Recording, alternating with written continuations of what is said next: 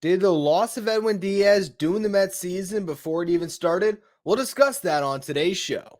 You are Locked On Mets, your daily New York Mets podcast. Part of the Locked On Podcast Network, your team every day.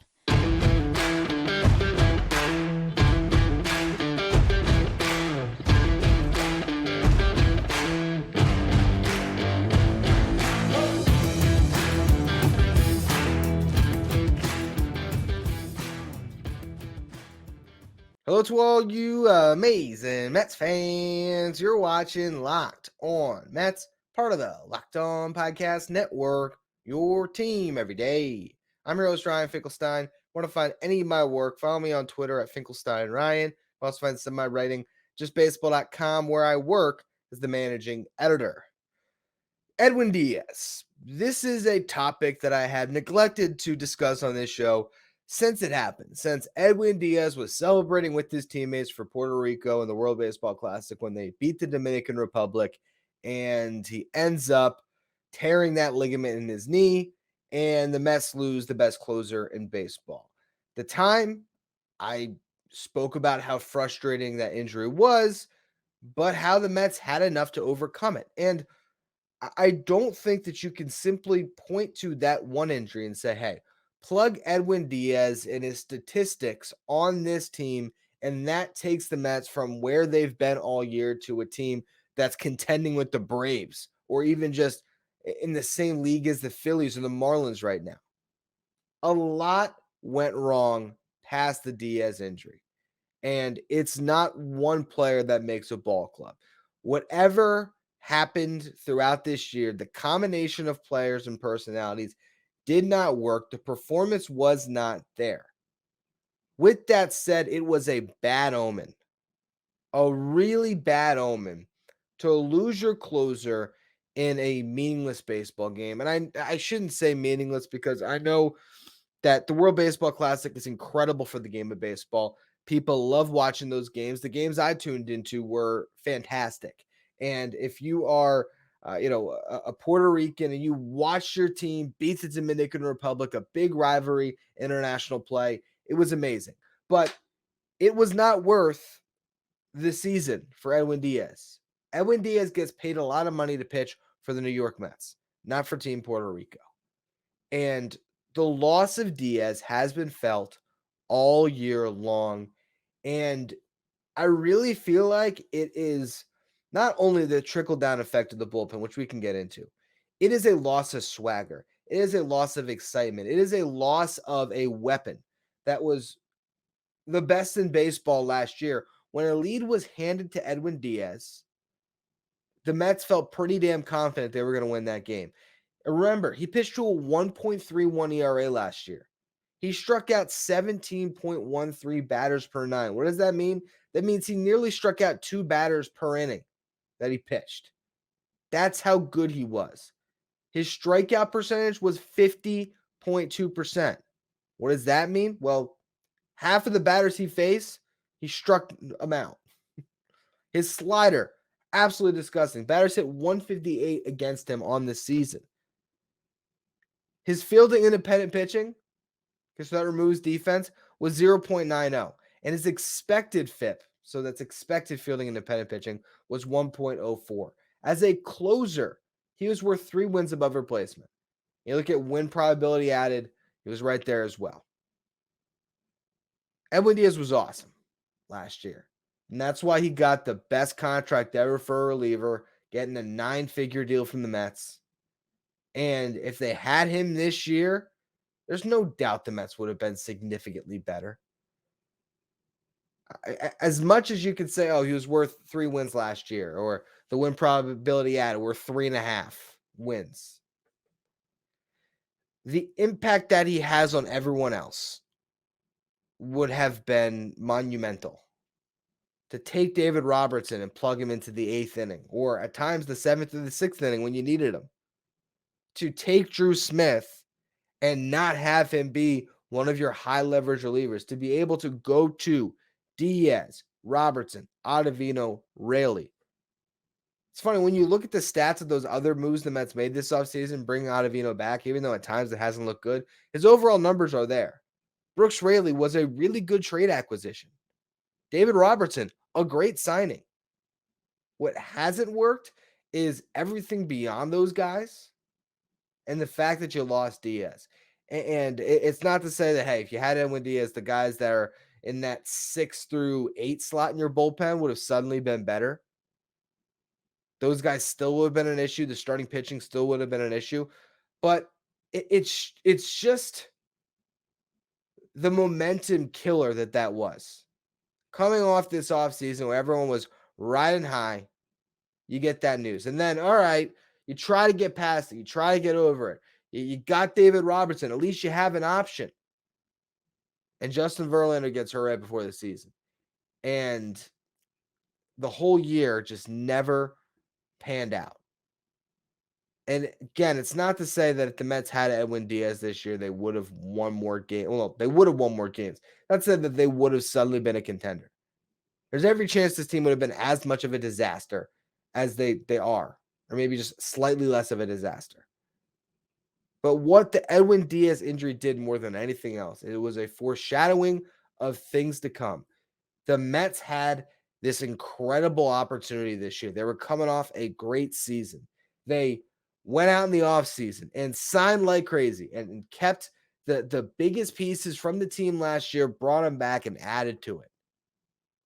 And that was supposed to put them over the top where they could not only contend with the Braves in the division, but could make a run in the playoffs. And they had the bullpen to do it, and they had the top of the rotation arms, they thought, in Verlander and Scherzer to do it. And Edwin Diaz, while celebrating a win in the World Baseball Classic, his knee gives, and the harsh reality swept over every single fan that has bled blue and orange their entire lives. We can't have nice things, and this franchise and this team might be doomed. And guess what? They were this year. Does that mean that forever this team's never going to figure it out? No. There's still reason for optimism. There's still reason for hope. But when we look back in hindsight at the Edwin Diaz injury, I think a lot of people are going to point to that and say, that's where the Mets season in 2023 came to end, because they never could get over the mental hurdle, the mental loss of trying to make up for that guy who meant so much to the 101 win ball club from a year before. Now the question is, do you want him to pitch at all in 2023? Because the funny thing is, the Mets were in the mix this year. Edwin Diaz might be gearing up for a playoff run. Now you just have to wonder if that's even worth it to throw him out there on a mound at all this season, considering the fact that this is clearly a lost year. We'll get to that in a minute. Before we do, today's episode is brought to you by Ibotta. Picking up burgers and hot dogs for the summer barbecue? You know you're already doing it, so why not get cash back for it with Ibotta? Ibotta gives you cash back on hundreds of grocery items, from produce to personal care to pantry goods, so you can make sure that you're beating inflation no matter what you're purchasing. Either link your loyalty account or upload your receipt after you shop and get cash back. It's that easy. The average Ibotta user earns $120 per year. That could cover the cost of an entire trip to the store, or you could use that cash back to buy a flight for something you've been eyeing, or if you want to go to that game you've been dying to see. All of that could potentially come from the money you will save by using Ibotta. Other apps give you points that don't amount to much. With Ibotta, you get real cash back that you can cash out to your bank account, PayPal, or gift cards. You can earn cash back on hundreds of online brands and retailers too when you start with Ibotta, including Lowe's, Macy's, Sephora, Best Buy, and more. Right now, Ibotta is offering our listeners $5 just for trying by using the code MLB when you register. Just go to the App Store, Google Play, and download the free Ibotta app. Use the code MLB. That's Ibotta, IBOTTA, in the Google Play or App Store. Use the code MLB. The New York Mets are playing the Pittsburgh Pirates again, 7:10 Eastern Time tonight. Catch every pitch in the Mets' hometown broadcast with SiriusXM on the SXM app. Just search Mets. Edwin Diaz could actually pitch this season.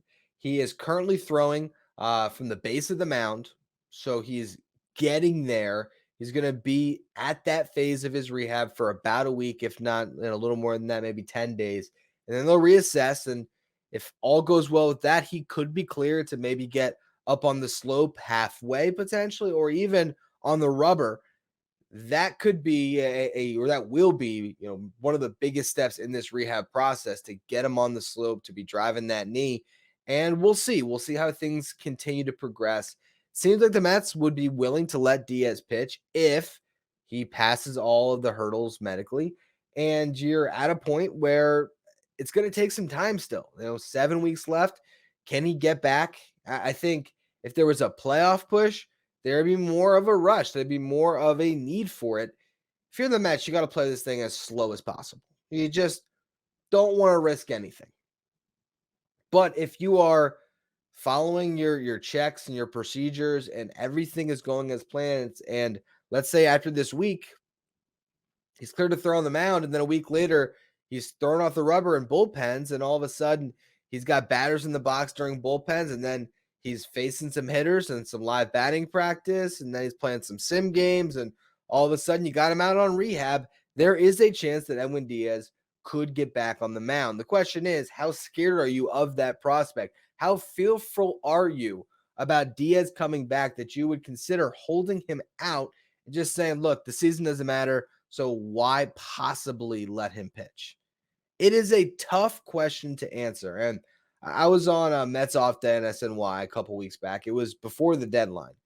And I said that I would let Edwin pitch. If Edwin wants to pitch and he's medically cleared, I would let him pitch even if it was a lost season. And now, for watching the Mets play baseball, I don't know if I still agree with my own opinion on that. I think I'm sort of indifferent in the sense that I would hope the Mets won't do anything to jeopardize him. There's no reason for it. And I pretty much am confident that they wouldn't. I think if they could take any excuse to keep holding him out and not pitch him, they'll probably take it. And that's maybe the likely ending to this, right? You let him keep progressing. You let his rehab go. You let him throw his bullpens when he's clear to make sure he's healthy.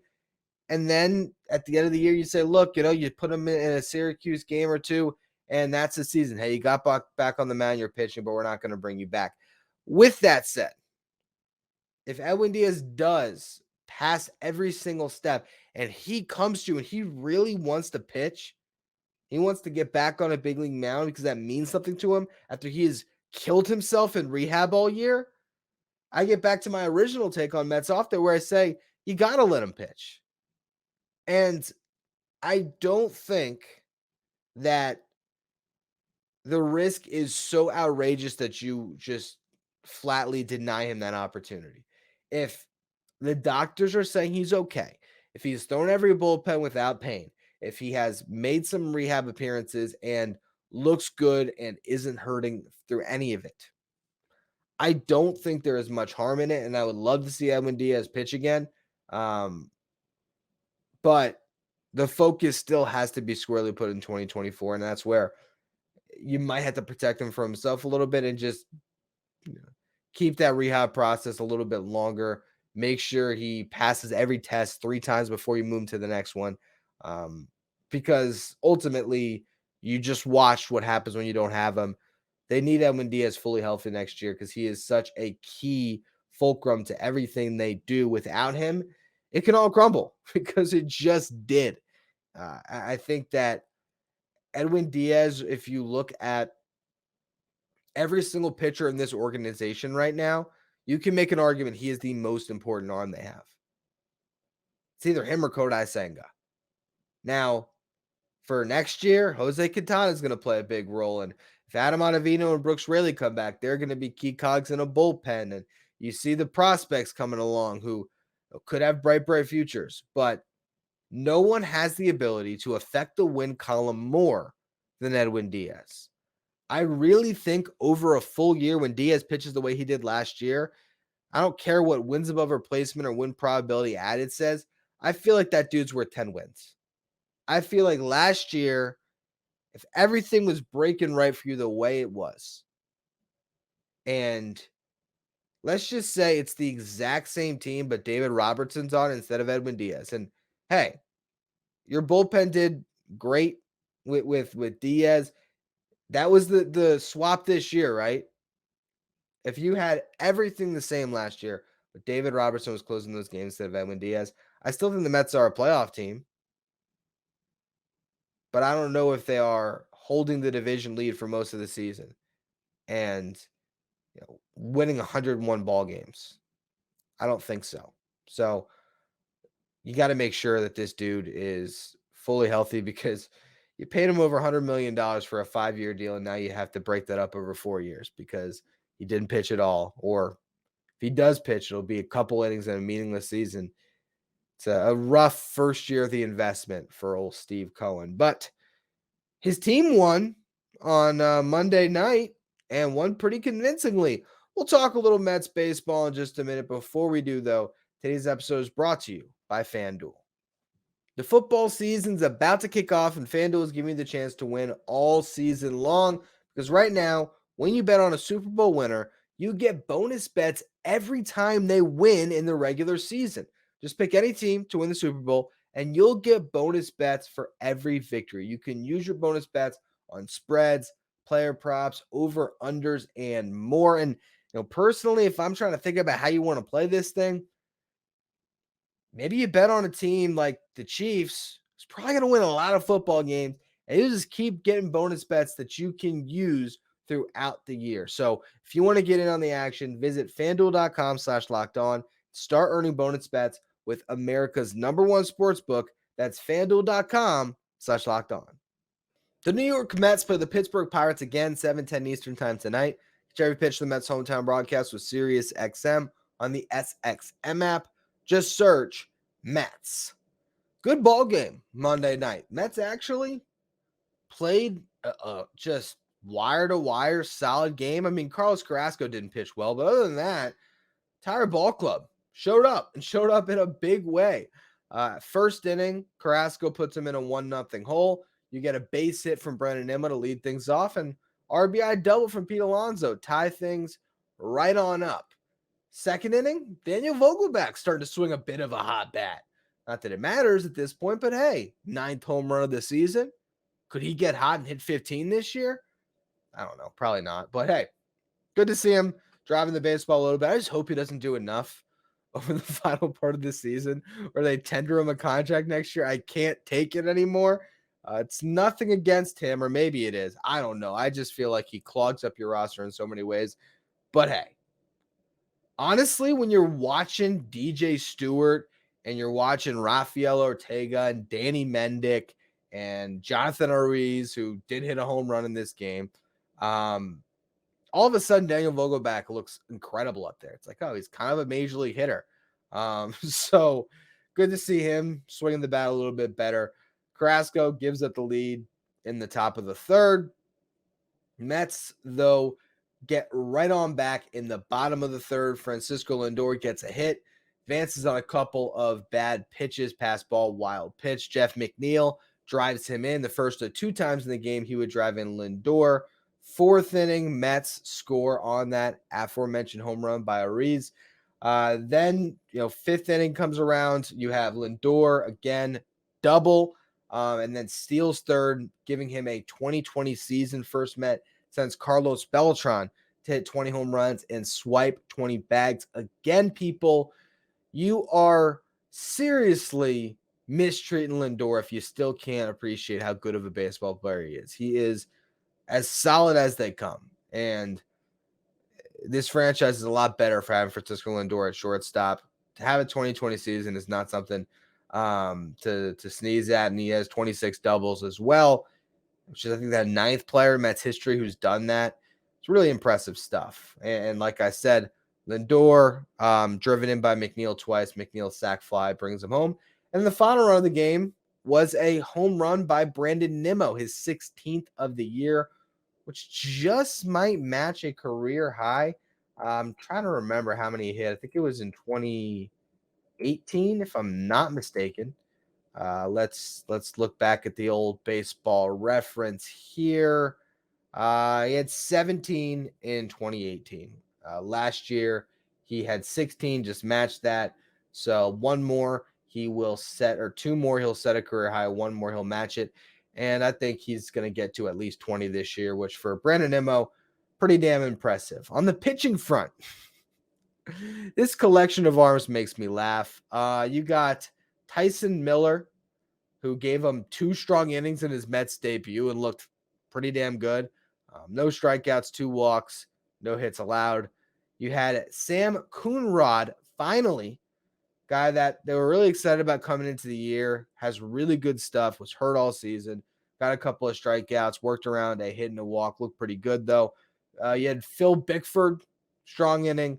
Trevor Gott, who was quietly strung together some success now that the games don't matter. And then Adam Ottavino closing the door with a couple of strikeouts in a perfect inning of work. The bullpen, when you pitch against a bad team, suddenly looks so good. The difference between playing the Pirates and the Braves is a little bit stark. Pittsburgh had 5 hits on the game, and they drew 7 walks and scored just 2 runs. They were 2 for 11 with runners in scoring position. The Mets 2 for 6. So solid effort by your Mets. Couple more games here against the Pirates where you can win, and I don't know if you're supposed to because there's still those lottery odds that are ever present. And then you play the Cardinals. These are 2 teams you're directly competing against for that lottery, so to speak. And I would not be surprised at all if this is where the Mets decided to string together like 5 or 6 wins just for the fun of it. You know what? As much as I can talk about the importance of getting a top 6 pick and avoiding that, slide of 10 picks in the draft, it's also the MLB draft. It's not the NBA draft. It's not the NFL draft. You can make it happen later in the draft just as well as you can in the beginning. Obviously, it'd be much better to have a top pick. But tell you what, I like when the Mets win baseball games. So I'll be very happy if this is actually a stretch where you can tune into the Mets and just watch your team win a little bit. Hopefully, maybe. Probably asking a little too much. For the rest of the series, it's David Peterson going against Bailey Falter. Matchup of a couple lefties with an ERA over 5. Then you got Johan Oviedo with his 4.42 ERA going up against Tyler McGill. It's 5.64 ERA. And man, I wish I did not have to watch Tyler McGill pitch. But it's a day game, so at least you get it over with a little bit earlier in your afternoon. And then there will be that series on Thursday against the Cardinals where Quintana will take the ball. So that's where you're at for the rest of the week here. If you want any recap of the action for all you everydayers, make sure you're tuning into the show. And on tomorrow's, we'll be discussing if the Mets free agent class this year was actually a success despite all the losing. I'll explain why Billy Epler maybe did a little bit better than he gets credit for.